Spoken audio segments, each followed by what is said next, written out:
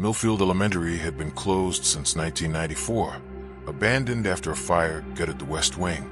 But in July 2024, during a community renovation project, volunteers discovered a sealed classroom that wasn't on any blueprint. Room 119B. The door had no handle, only an old lock. Police were called. When officers broke in, what they found left everyone speechless. Inside was a pristine classroom, as if frozen in time. Desks were arranged neatly. The chalkboard had a half-written sentence. Miss Sellers will return in 5 minutes. Pencils still sat on papers. A half-eaten sandwich lay on a desk. The clock on the wall was stopped at 11:23 a.m. Detective Alan Lynn took the case. He pulled out files from the 1994 closure and cross-referenced the school's student registry. No teacher named Miss Sellers had ever worked there. No record of a room 119B existed. Lynn contacted the last living principal, now 92, who remembered one odd thing. That wing was always cold, like it didn't belong to the rest of the school. We were told to never open the last room on the hall. I assumed it was storage. Inside one of the student desks, Lynn found a photograph. It showed a class of children with a young female teacher. The photo was dated October 27th, 1994. On the back it read, "To Miss Sellers, the best teacher we've ever had. Will never leave." The children in the photo were never found in any Millfield yearbooks. They were strangers, ghosts. A retired janitor came forward. He remembered 119B. "I cleaned it once," he said. "Just once. When I left, the hallway was longer than when I entered. I quit that day." Then came Janie Sellers, now in her 50s. She left Millfield the same year the school shut down. She had no memory of teaching room 119B, but she had dreams. A classroom with no windows, kids who never aged, and a bell that rang even though the clock never moved. In Delaware, Indiana, Oregon, and Kansas, similar rooms appeared in old schools.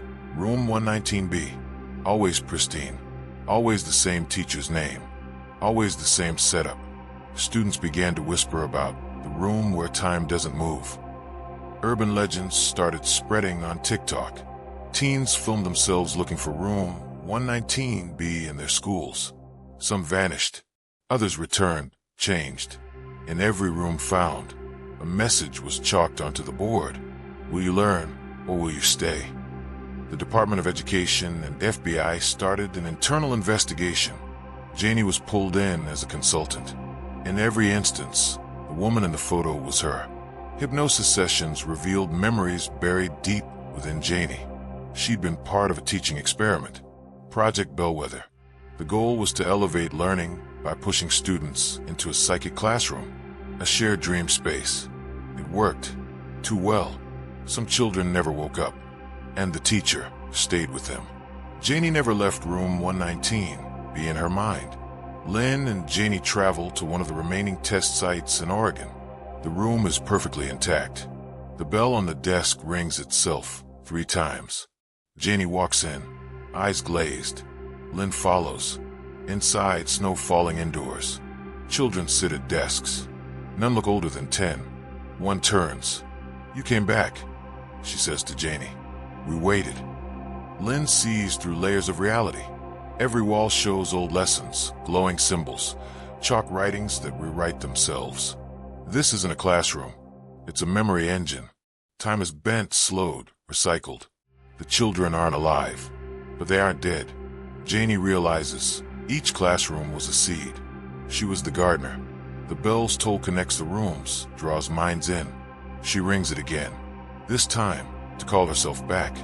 She grabs Lynn's hand and says, "We have to collapse the loop." They rewrite the chalkboard. Lesson complete. The walls shudder. The desks vanish. One by one, the children fade into golden light. The last to go hugs Janie. "Thank you." Everything explodes into white. Janie wakes in a hospital bed. Lynn is beside her. No record exists of room 119B. Millfield never burned. The school is still running. She was never a teacher. But the bell sits on her bedside table, and she still dreams of chalk and snow. Janie opens a nonprofit for children with unexplained disappearances. Many are drawn to her. Some remember the bell. Lynn visits often. They're partners now, bound by a story no one else believes. A new student draws Janie a picture. A classroom. Kids smiling. A woman at the board. The chalkboard says, "Welcome back, Miss Sellers." She turns the drawing over. "See you next lesson." It was just after midnight when Janie Sellers received the knock on her nonprofit's door. Outside stood a child no older than 7. No shoes, no ID, just a weathered backpack and a drawing in her hand. The drawing was of a bell. Beneath it, in shaky handwriting, "Please ring if you remember." The police were called. The girl wouldn't speak, except to ask Janie one question. "Is this the place where dreams go when they're done?" Janie froze, because those were the last words the golden-eyed girl had whispered before fading from room 119B almost a year ago.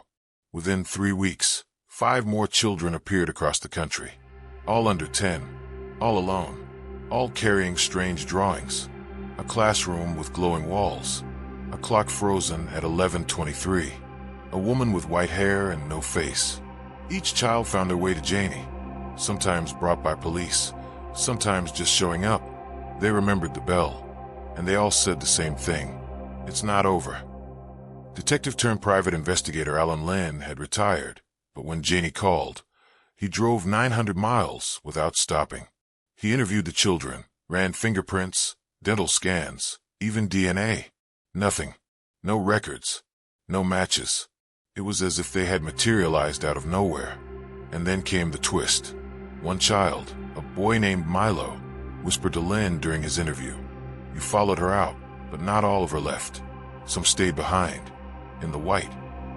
"What do you mean?" Milo pointed to Lynn's watch. It had stopped at 11:23, just like the clocks in room 119B. Janie checked her nonprofit's voicemail one morning and found a garbled message. It was a girl's voice. Faint. Echoed. "Room 119B isn't a room. It's a memory field. A test site. It's open again." Then static. And a whisper, almost too quiet to hear. "Check the desks. One of them never left." Janie rushed to the storage basement where old classroom furniture from Millfield had been brought years ago. One desk, oddly pristine, had a strange sigil burned into the bottom. A spiraled bell. A double loop. And inside the desk drawer, a journal. It belonged to Miss Sellers. But not her. A different Miss Sellers. A different reality. The journal was bound in cracked leather. Pages yellowed, yet the ink was fresh.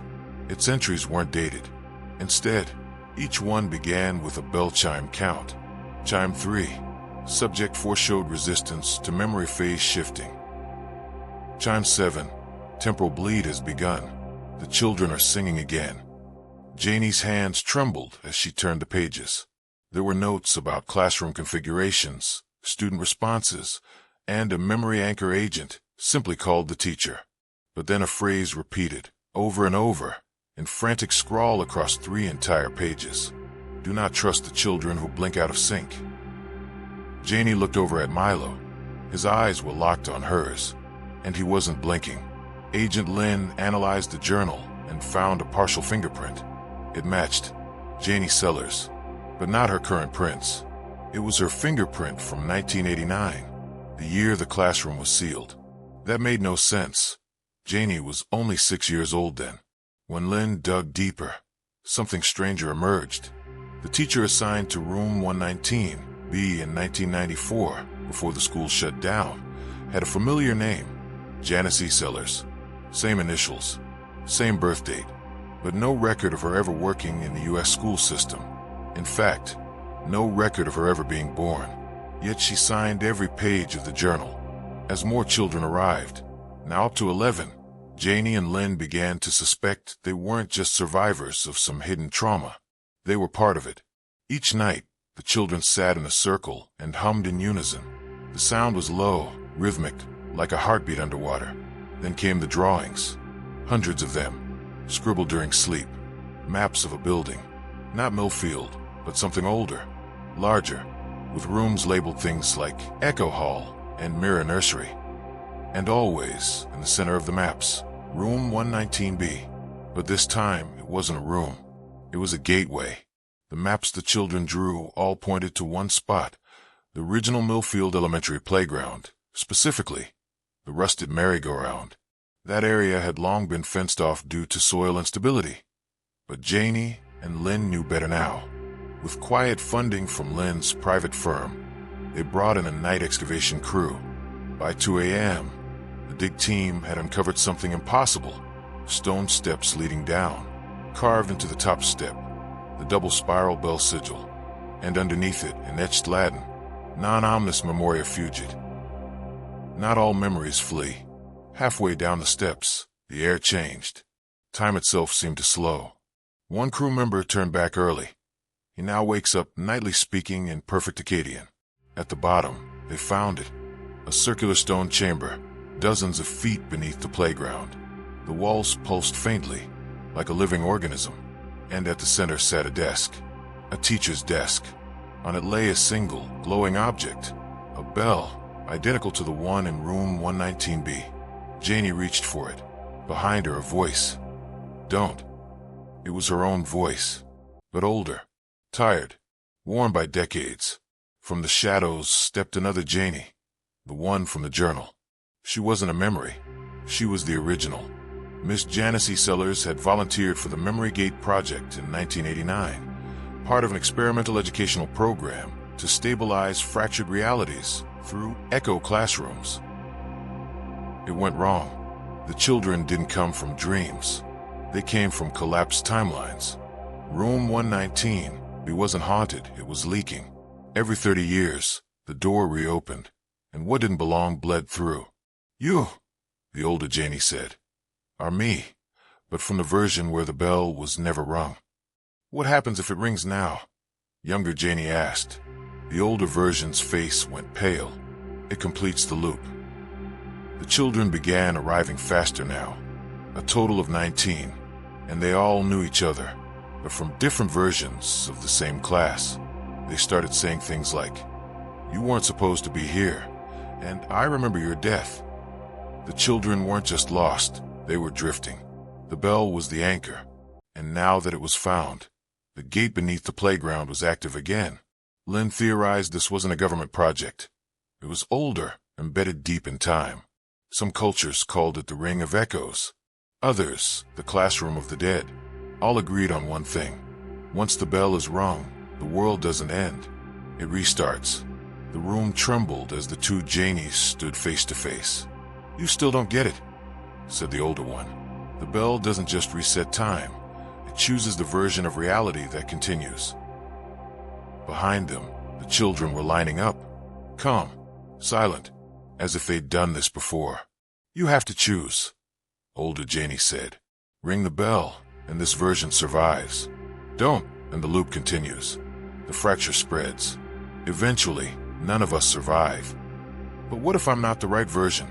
asked younger Janie. Older Janie touched her shoulder gently. "None of us are the right one. We're just the one now." Janie lifted the bell. It was heavier than it looked, more like holding memory itself. She thought of all the children. Milo, the girl with the backpack, the ones who remembered things that never happened. And she thought of herself, the version of her that never signed up to teach, who chose peace instead of ambition. She rang the bell. 1, 2, 3 chimes, deep, resonant, echoing beyond the room, beyond Millfield, beyond time. The children vanished, not in fear, but in relief. One by one, they blinked out of sync, and then were gone. Janie woke up in a hospital bed. No bell, no second Janie, no Agent Lynn, just one nurse, smiling kindly. "You've been out for a few hours. Mild concussion," they said. "You were found near an old school site." Janie sat up, heart racing. The children, the nurse blinked. "You mean your students? They're just fine. Field trip went off without a hitch. You'll see them tomorrow." Confused, Janie reached for her phone. The date, January 15th, 2025. Millfield Elementary had never burned down. Room 119, it was just a storage closet. And in her photo roll, One picture stood out. A group of smiling kids beneath a bell-shaped tree. In the background, a woman with her back turned. Gray hair. No face. Weeks passed. Janie returned to work. No children vanished. No strange drawings. No more echo maps. But something had changed. She began a new program, teaching children how to document their dreams, to remember the lost moments, the ones that feel like déjà vu. Agent Lynn never showed up again, and yet every now and then, she'd hear a bell ring down the hall. Room 119, it was always locked, but Janie had the key. Years later, a new teacher would move into Millfield Elementary. She'd find an old bell on her desk. No name, no note, just an inscription. This version is yours now. Use it wisely. She'd smile, and somewhere far beyond time, the loop would hold. For now, if this story made your skin crawl or your mind race, don't forget to like, share, and follow Haven Tales. Because the bell may have rung once, but what happens if it rings again?